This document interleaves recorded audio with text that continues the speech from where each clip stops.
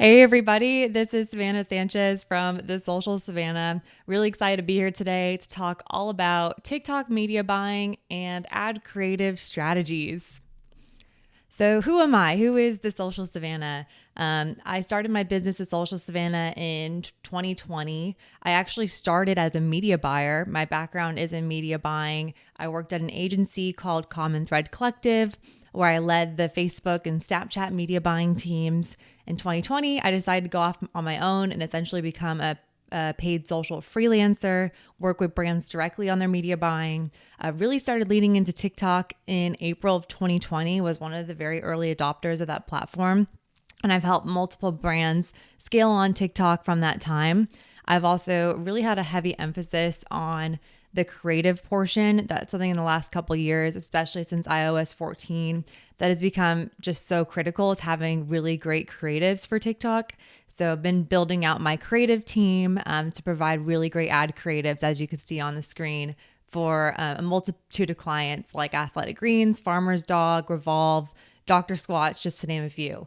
I'm also one of the top 3 most popular TikTok creative exchange agencies in North America.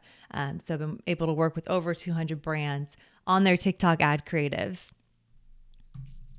So I put together this brand new deck just for the special day, and I'm going to be sharing exactly what's working for my clients right now for TikTok media buying and ad creatives. So this is my default ad set structure. When I'm working with e-commerce brands, I'm always optimizing for conversions, complete payment. I'm never using day parting. I'm always using audience exclusions, 180-day past purchasers. Something that's really worked well for me is optimizing for value as the optimization goal. That's something that I just do standard. So this is my standard ad set setup. No gatekeeping here, just sharing exactly what I would do if I was training a new media buyer on my process. Audience targeting. When working with e-commerce brands, I'll usually have 5-10 ad sets running at a time in my TikTok ad account. Here's some examples of the ad sets that I use most frequently. Usually I'll do some sort of broad, so no interest targeting, and just part it by age. So like under 24-year-old, broad female. Let's just say if we're doing a makeup company, I just want it to be female. I'll have another ad set for broad 25 plus female. And the reason why I separate out the age groups is it all has to come down to creatives. So if I'm doing a makeup ad that I want to target like older women, like 35 plus, and the models and the ads are going to be more mature, that's going to make sense to separate my ad sets by age and have the older looking models in that 25 or 35 plus ad set, and then the teenagers in that 24 and below. So I separate it by age so I could put different creatives in each one. Another standard ad set that I'll run in my ad account is a lookalike based off of purchasers from last year. Other audiences that work well are like interest and hashtag stacks. So essentially all stacked together, a bunch of interests and hashtags into one. And I'll show an example of that. Another thing that's working well is auto targeting. So essentially, there's a button in TikTok Ads Manager that lets TikTok target for you. Let the robots take over and have machine learning do all the targeting. That's one that I'll test. Another one is smart performance targeting. I have a whole slide on that later, talk about my experience with smart performance. And then lastly, I'll usually have some sort of retargeting ad set. So I'm usually retargeting page views last 30 days, video views at 50%, people have added to cart in the last 90 days, and I'll kind of combine all those audiences into one retargeting ad set. So just to elaborate on the interest and hashtag stack, what I mean by that, what I'll do is I'll select a variety of interests. I'll try to pick pretty broad interests, over 1 million in that interest, and essentially combine them all together. So I have makeup, liquid makeup, nail art products. I'll include some hashtags in there as well. And this is what I would call an interest or hashtag stack. Definitely a staple ad set in all of my ad accounts. Another thing to keep in mind when doing interest and hashtag targeting, I always turn targeting expansion on. So essentially that's the toggle in TikTok Ads Manager that you would turn on. and you would want to expand the audience by interest and behaviors. Essentially meaning that when you were doing your hashtag and interest selections, if TikTok thinks that they can get a lower CPA targeting someone outside of your initial selections, it allows TikTok to expand outside of that initial audience that you chose. So that's always a smart one to click on. And then I mentioned automatic targeting. So as you can see, when you're setting up your ad set, you'll have the option for custom targeting, which would be like your standard targeting where you're choosing your audiences, or you can also choose an ad set for automatic targeting. So when I'm launching a new TikTok ad account, I'll always try to test both. I'll have some of my interest stacks, I'll have my lookalikes, but then I'll also test the automatic targeting because I've actually seen that work well for a bunch of my clients. Just essentially you put no targeting parameters.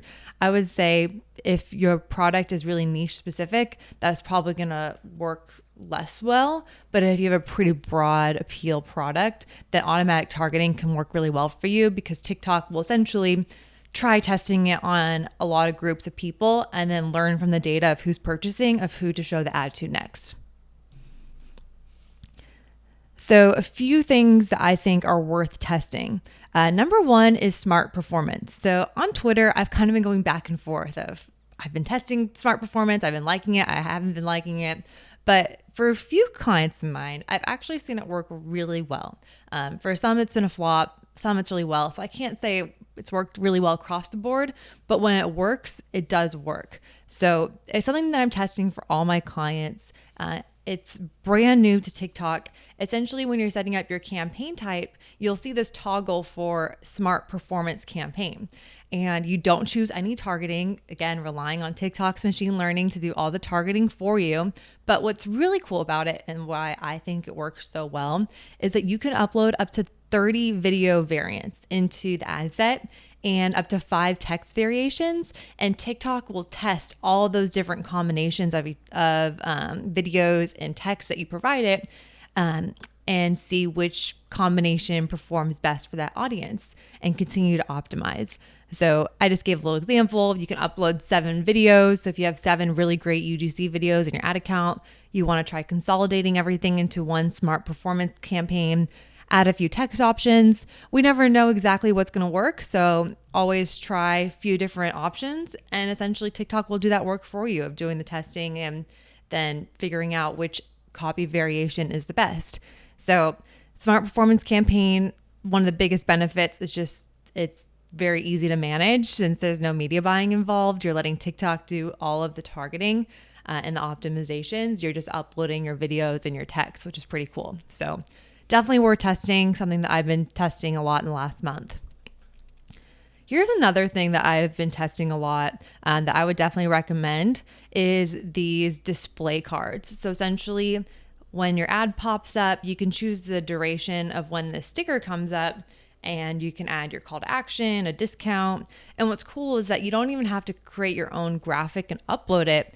TikTok in Ads Manager has this really handy templates. So like for this one, I just chose this template, put your discount, the text that you want, the call to action, the color, and boom, there it is.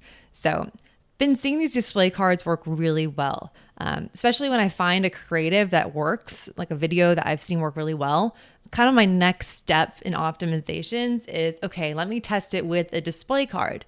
And usually I see when I add the display card, it actually really helps extend the life of the creative and lower CPA. So something I would be testing if I were you. So here's like my TikTok ad optimization schedule when I'm media buying. Twice a week, I launch new ads. As we know, creatives are really the main driver of performance on TikTok. Of course, you need a great landing page and a great product, but to stop the scroll initially, you need a really great creative. So I'm going to be spending the last part of this presentation kind of rapid firing through my top creative formats. So when I'm working with clients, I launch no less than 2 new ads per week. And I'm usually launching either net new creatives or iterations off of my past best performers. Also, twice a week, I'm turning off ads above my CPA target. Another thing that's been really helpful for me is North Beam attribution. A lot of my clients use it. I also use post-purchase surveys like Faring is a really great Shopify app that can help paint that whole picture of what's actually working and is TikTok driving incremental revenue. So when I'm going through my twice a week optimizations, seeing what ads are above my CPA target, turning them off. I'm also turning on ads that are below my CPA target that maybe have some delayed attribution. I might have turned them off earlier in the week, but now when I look back at the last 7 days, I see, oh, actually that one was a good ad. So I can turn back on ads that actually came in below my CPA target. So that's like my twice a week schedule. Of course, you don't want to be tinkering too much in your ad account. You want to let things kind of rest and learn. So I find that going in twice a week and making those little optimizations is a really good schedule. Just some general rules. I always like to keep 5 to 7 ads active in an ad set at a time. So if you have an ad set and you are ending up turning off the majority of the ads because they're above your CPA target, that should be an alert to you that you really need to make some new creatives. You always want to have a library of new creatives that you can upload to the ad account once you turn off the ones that are underperforming. So that's why I mentioned at least 2 a week that you're ready to rotate in the ad account. And then leaving best performing ads and ad sets alone. If I've had ad sets that I am running for months, if not years, in some ad accounts, and I have the ads in there and they're working well. I just don't touch it. I leave it. Don't turn everything off. Don't duplicate it. Just leave it and then launch new ad sets alongside of it. You can even duplicate that ad set with the exact same targeting to launch your new ads. But my number one media buying rule is if it's working, don't touch it. So leave your ad sets and ads alone if they're not broken. Just let them be.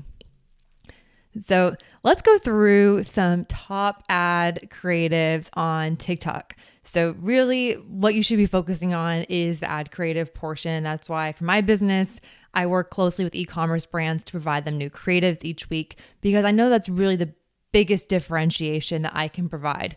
I just showed you guys the whole media buying structure. So there's really nothing proprietary to how to media buy on TikTok. Now it's common knowledge in this presentation.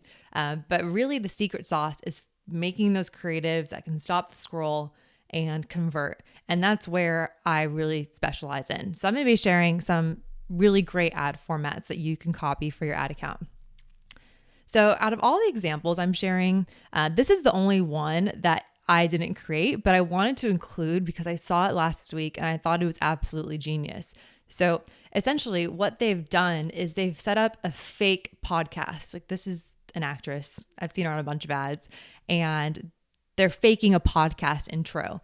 And then you can see they even added this on-air overlay, which is just hilarious. And then they go into the ad.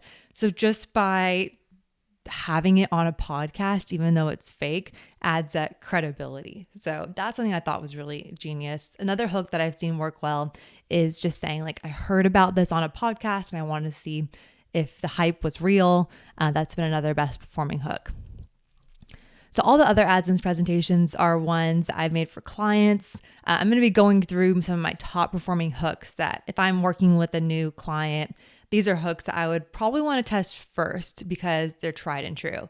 So this one is I tried blank to see if the rumors were true and then going through the value props, always keeping my ads below 30 seconds, having the text overlays with the TikTok native fonts, having my CTA with the website at the end.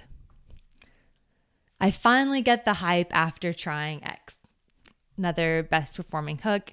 As you can see too, when we're editing ads, we like to add little simple zooms, very subtle animations. We try to keep things very native to TikTok while keeping it direct response and high quality. Ending with your offer in the ad. So this one is a format called 3 Reasons Why. And this is one that's been working well for years. Essentially, 3 reasons why you should buy X. Number 1 is blah, blah, blah. Another thing that we've been doing with this 3 reasons why is pairing it with what I call the SpongeBob voice. This voice effect has been working really well for TikTok ads. I'm going to play it so you can hear what it sounds like. But SpongeBob plus 3 reasons why has been a really winning combination. Okay, we're gonna do 3 reasons you need to throw out your old dirty phone case and get a new one from Casely. Number 1, Casely cases are really high quality so they won't yellow. Yeah, very annoying, but it works. So definitely test that SpongeBob voice. Here's one that is a little bit interesting. 3 reasons you shouldn't buy X. So sometimes clients will be like, why are we saying that we shouldn't buy something? But just by saying that you shouldn't buy something, it captures the attention of consumers because they're not expecting a brand to say something negative about themselves in ads. But then, of course, your 3 reasons why is like, I literally bring this everywhere. I became obsessed with it. I ended up buying too many and gave them to all my friends. Definitely don't go to sandcloud.com. It's too versatile. So all the reasons are, positives. Another spin on this that we've been doing is showing negative reviews. So like reading out 1-star reviews and then saying like, however, thousands of customers disagree and we have like a 5-star average rating, like see why customers love it at blah, blah, blah. So just doing stuff like that, like being able to poke fun at yourself, say why you shouldn't buy it, or reading out 1-star reviews are ways you can stop the scroll. Here's a classic one, what I ordered versus what I got. So essentially saying like, I saw this online and I wanted to try it out. I saw this on TikTok. As you can see, we use the green screen effect to show what it's like on the website and then showing what it looks like in real life. So this is a format that we've used time and time again and have seen work well across many brands. Calling out the problem as a question. Do you want wider teeth? This is for you. And then going into the value props. TikTok comment question overlay looks very organic to TikTok. Having this overlay there with the question and then having someone in a testimonial style answering the question. Life hacks, skincare life hacks. I wish I knew sooner.